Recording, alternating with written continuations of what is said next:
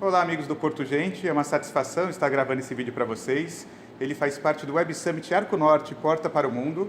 E estamos hoje no Maranhão com um professor, pesquisador e consultor portuário da Federal do Maranhão, o Sérgio Cotrim. E ele vai falar um pouco a respeito do que a infraestrutura portuária do Maranhão tem a oferecer para melhorar a competitividade do transporte de cargas no Brasil. Obrigado pela participação. Ok, obrigado Bruno pelo convite e quero agradecer a oportunidade e principalmente pela contribuição que o portal Porto Gente está dando para este setor que é tão importante. O setor portuário marítimo é um dos mais importantes para a economia brasileira, para o comércio internacional. O comércio exterior brasileiro se utiliza em 95% para o transporte de cargas e é um setor que precisa ser mais difundido. E dentro da missão do Porto Gente, eu aprecio muito a divulgação de informações, de conhecimento, de novidades, de eventos para esse setor que é um dos mais importantes para a economia nacional. Então, Bruno, qual a contribuição que o sistema logístico, o sistema portuário pode dar para a economia nacional, para o comércio exterior brasileiro? Eu vou citar, por exemplo, um dado. A UNCTAD, que é um órgão da ONU que trata de comércio internacional, transporte marítimo, publica anualmente uma divulgação, um ranking de conectividade marítima. Esse ranking ele analisa o fluxo do transporte marítimo, a oferta e os processos das rotas marítimas pelos grandes armadores. Neste ranking, em primeiro lugar está a China, em segundo lugar Singapura, terceiro lugar Coreia. O Brasil, sendo a 10ª economia mundial, está apenas na 48ª posição. É uma classificação muito ruim, ou seja, as grandes rotas marítimas internacionais não estão passando pelo Brasil. O que isso tem a ver com o Complexo Portuário do Maranhão? O nosso complexo está localizado no que nós chamamos Arco Norte, né? São os portos do Norte e do Nordeste, e ele possui uma grande possibilidade de contribuir para a melhoria dessa conectividade marítima. Por que ele pode contribuir? Bom, nós temos uma posição privilegiada em relação ao acesso aos grandes mercados do comércio internacional brasileiro, ao mercado europeu, ao mercado asiático, ao mercado americano. Vou dar um exemplo. Um navio saindo do Porto de Santos para a China, ele vai durar em média 30 dias, né, de transporte, o tempo de viagem. Vai variar um pouco em função da carga, em função da tipologia do navio. Um navio saindo daqui para a China, ele vai ter 6 dias de economia. Isso vai dar, em média, 20% de economia no custo do transporte marítimo. Outro fator competitivo é a nossa proximidade com o Canal do Panamá. Nós estamos muito mais próximos do Canal do Panamá, onde todas essas principais rotas marítimas, elas passam pelo Canal do Panamá. Nós temos também uma grande característica favorável, que é a alta profundidade do nosso canal marítimo, nosso canal de acesso, permitindo, por consequência, um grande calado dos navios, né? Ou seja, os navios que precisam de um calado de 25 metros, por exemplo, os maiores navios do mundo, podem atracar em nosso porto. Um outro fator favorável, por exemplo, a nossa conectividade terrestre. O Complexo Portuário do Maranhão tem acesso a 3 ferrovias: Ferrovia Norte-Sul, Transnordestina, Estrada de Ferro Carajás. Poucos portos no mundo têm acesso a 3 malhas ferroviárias. Existem vários terminais no Brasil que não têm acesso a nenhuma. Todo o acesso é via rodoviária. Um outro exemplo, o Porto de Suape, Porto de Pecém, tem um acesso ferroviário. Então, esse conjunto de características permite que planejarmos que o Complexo Portuário do Maranhão poderia ter todas as condições para se estabelecer como um hub port, ou seja, um porto concentrador de cargas em navios de grande porte, receber esses navios, fazer um transbordo para navios de capacidades menores, cargas menores, e distribuindo para os outros portos brasileiros. Então, essa é, por exemplo, uma grande oportunidade que o Complexo Portuário do Maranhão pode contribuir para a melhoria da competitividade logística. Bom, Sérgio, nesse sentido, eu gostaria que você falasse um pouquinho a respeito da inovação no ecossistema dos portos do Arco Norte.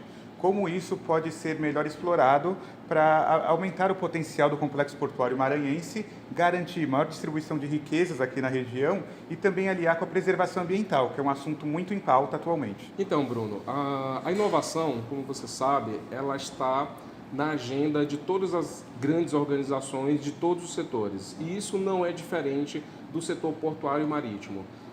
Por exemplo, o que se falava antigamente em veículos autônomos apenas para carros, isso foi evoluindo, caminhões passaram a ser trabalhados a projetos para fazerem transporte de maneira autônoma e hoje já existem projetos da Mercedes-Benz, por exemplo, para um navio autônomo. No caso dos portos do Arco Norte, isso não é diferente. Todos os principais terminais, né, localizados aqui no Maranhão, eles possuem uma área dedicada à inovação, né? Posso citar o caso da Vale, o caso da VLI, todos eles têm gerências específicas para isso, estão passando por processos de transformação digital. Várias operações da Vale, por exemplo, são executadas no pátio de forma autônoma. Você vê equipamentos gigantes, né, trabalhando, recuperando navio, minério, fazendo o transporte da mercadoria para ser colocada dentro do porão do navio e não tem um funcionário dentro deste equipamento trabalhando. É controlado de uma forma sem a presença humana dentro do equipamento. Então, a gente observa que esse ecossistema de inovação ele está evoluindo muito aqui no Maranhão, seja por iniciativas do setor privado, seja por iniciativas do setor público, fomentando com editais de divulgação. Por um outro lado, isso também acaba contribuindo para o desenvolvimento sustentável. O setor de transporte marítimo, por natureza, ele é um dos que mais contribui para a menor redução de CO2, tem maior eficiência de capacidade de carga e todos os processos de inovação, desenvolvimento tecnológico também diretamente e indiretamente contribui para a redução dos danos ambientais, de redução de emissão de poluentes e melhoria da eficiência do transporte de carga.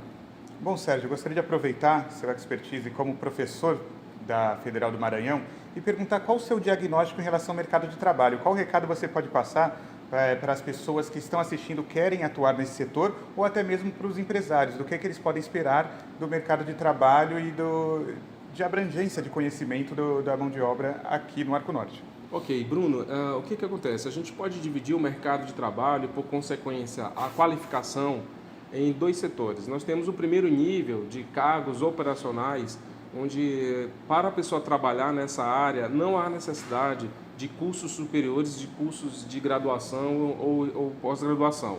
São funções operacionais, existem cursos específicos para isso, cursos técnicos, cursos de atualização, muitos deles oferecidos por instituições já tradicionais, como por exemplo o SESI, Senai.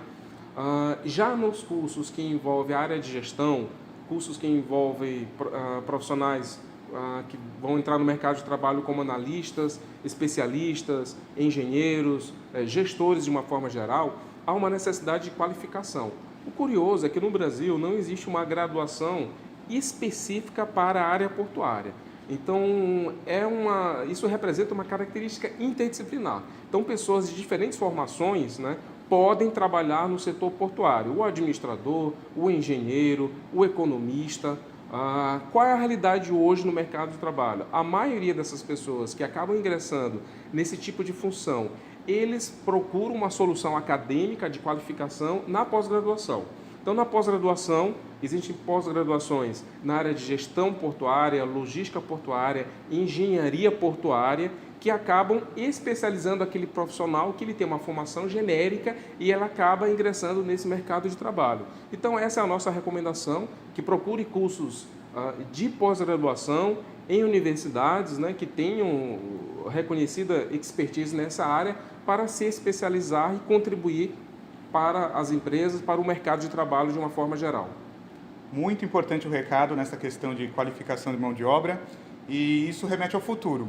E falando em futuro, há dois grandes projetos aqui relacionados à logística portuária no Maranhão, Sérgio, que são o Porto São Luís, né, investimento chinês, E o terminal portuário de Alcântara, eu gostaria que você trouxesse algumas informações a respeito deles aqui para o Web Summit Arco Norte. Certo. Bruno, então, desses dois novos terminais, né, o Terminal Portuário de São Luís, ele faz parte de um investimento de um grupo brasileiro, o grupo W Torre, que fez uma sociedade com um grupo chinês, com a maior empresa de investimento na área de infraestrutura da China, tem diversos investimentos ao redor do mundo, fizeram essa parceria e esse projeto já começou a fase de construção. Atualmente está na fase de terraplanagem, né, e vai ser um terminal classificado como um terminal multipropósito.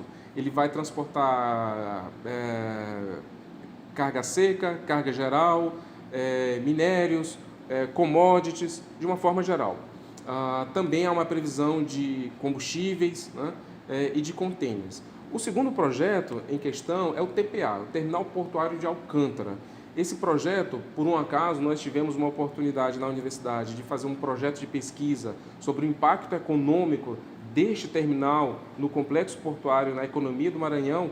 Nós temos mais alguns dados, né? Resumindo, é um projeto, um contrato de 30 anos, um projeto que prevê investimentos de 6 bilhões de reais. E o que acontece? Quando nós analisamos o impacto econômico de um grande investimento como esse, nós analisamos sob a ótica tradicional da metodologia de análise de impacto econômico. Nós analisamos o impacto direto, impacto indireto e impacto induzido.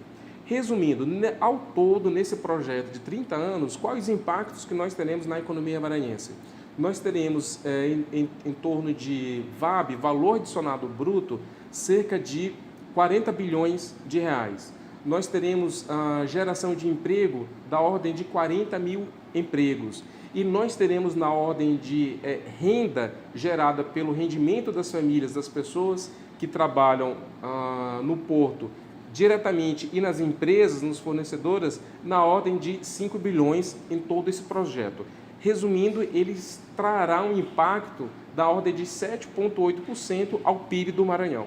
O modelo de gestão do setor portuário, nós conhecemos isso como o modelo de governança portuária. É um setor onde, naturalmente, o Estado, como detentor da propriedade, dos bens, dos ativos portuários, ele tem um impacto muito grande. Ele vai definir se ele vai ser o regulador, o operador, o executor, o fiscalizador, ou se ele vai ser apenas o regulador, o administrador e passar a operação para o setor privado. O que acontece no Brasil? Qual a situação desse modelo de governança portuária? Nós temos um excesso de instituições regulando, fiscalizando e planejando. Nós temos um excesso de planos portuários, cada ministério realizando um plano portuário, um plano de logística e transporte. Estes planos não estão integrados. Nós temos também um baixo nível de execução desses planos. No setor de logística, ao contrário de outros setores, não há problema de falta de planos, de planejamento de longo prazo. Há um problema de falta de execução e de integração entre todos os planos de todos os modais de transporte. Nós temos instituições regulando sobre a mesma ótica, a mesma atividade. E principalmente, depois de 2013, da Lei 12.815, houve uma grande mudança na governança portuária brasileira, infelizmente para o pior. Quais foram essas duas grandes mudanças, por exemplo? Todos os processos de decisão foram centralizados ou na ANTAQ ou no Ministério dos Transportes. Então houve uma centralização muito grande. A gente já imagina qual é a consequência disso. Lentidão no processo de tomada de decisão, lentidão na abertura de licitação para novos arrendamentos nos portos públicos, lentidão na expansão da atividade portuária. E uma outra decisão que, no ponto de vista, foi incorreta, que foi a retirada do poder deliberativo do CAP, do Conselho de Autoridade Portuária. Hoje o CAP é um órgão meramente consultivo. Então essas duas decisões, elas vão de contramão à experiência, à prática dos países mais importantes que têm mais relevância no setor portuário. O setor portuário, ele tem um impacto direto e indireto na vida do dia a dia das pessoas. Quem não trabalha com comércio exterior, com logística, não tem esse reconhecimento, mas vamos dar alguns exemplos. Esses equipamentos que hoje fazem parte do dia a dia das pessoas, né? Eles só estão aqui disponíveis para nós porque existe uma logística de exportação e importação desse tipo de equipamento e que na maioria das vezes não é produzido aqui no Brasil. Quando nós vamos nos alimentar e principalmente o Brasil como um grande celeiro do mundo, quando as pessoas localizadas em outros países vão se alimentar, elas estão se utilizando do transporte marítimo, da logística internacional e da operação portuária. É importante lembrar que muitas das principais cidades brasileiras só se viabilizaram assim através dos portos, né? Rio de Janeiro, Santos, são cidades que nasceram a partir da atividade portuária. Sim, nasceram cidades portuárias, né? Essa representa uma grande vantagem para a cultura e a organização e a união da cidade em torno da atividade portuária. No caso de São Luís, aqui no Maranhão, não foi o que aconteceu. Os primeiros portos vieram para cá há 30 anos e nós estamos em um processo de transformação da cultura portuária, né? Não, sem dúvida. E assim, a atividade portuária acaba trazendo muita riqueza e distribuição de riquezas para esses locais também, né? Você pode pegar o exemplo da China. A China não é produtora de petróleo. No entanto, ela importa petróleo. Nas áreas próximas aos portos ali, eles montaram grandes fábricas, indústrias, que processam e transformam o petróleo em produtos de plástico e tornou a China a maior exportadora de plástico do mundo. Então, soube utilizar, mesmo sem ter essa riqueza, soube utilizar toda a atividade portuária para gerar riqueza para a população, né? Sim, o porto ele tem uma oportunidade de servir como um elo de indução do desenvolvimento regional. Então, uma atividade portuária, ela consegue atrair uma atividade industrial. Essa, por consequência, acaba atraindo uma série de fornecedores e configurando ali toda uma cadeia produtiva. Quando se configura, quando se estabelece em uma determinada região uma cadeia produtiva de um determinado setor, automaticamente há geração de emprego e renda. E tem um impacto induzido que eu comentei ainda há pouco. Todas as pessoas que vão trabalhar em uma atividade portuária, elas acabam tendo a necessidade de colocar os seus filhos na escola, de fazer compra no supermercado, de contratar um hospital, de contratar um médico. Então, existe todo um desenvolvimento regional induzido, indireto, que acaba se viabilizando em cidades portuárias. Sem dúvida. Aqui abaixo do vídeo, até nem pedi para o professor Sérgio ainda, mas ele vai enviar alguns artigos relacionados a esse nosso papo hoje, e eu também vou colocar um que demonstra oportunidades e novos negócios relacionados ao setor portuário. A gente pensa muito em agente de carga, em operador portuário, mas também em agente formado em medicina, que faz medicina de trabalho, direito, coleta de água, coleta de resíduos dos navios. Então, isso envolve uma grande oportunidade de negócios, de qualificação de mão de obra, oportunidade de trabalho e de desenvolver a economia, um indutor econômico, como você disse. Queria aproveitar e agradecer a sua presença aqui e deixar um recado final aqui para todo mundo que está assistindo esse vídeo pelo Porto Gente. Ok, Bruno. Obrigado pelo espaço, pelo convite. E quero reforçar, deixar como uma dica para as pessoas que estão querendo pesquisar um determinado segmento de trabalho para ingressar, que pesquisem o setor portuário, que pesquisem a logística. O Brasil, como um grande país especializado em agronegócios, também tem uma logística do agronegócio muito impactante. Isso tem a ver com a nossa vocação natural. Então, é uma grande oportunidade, é um setor... eu sou suspeito para falar, mas é um setor que é apaixonante de se estudar, de se pesquisar e de se trabalhar nessa área. Legal, pessoal. Peço aí que compartilhem o vídeo. Até a próxima.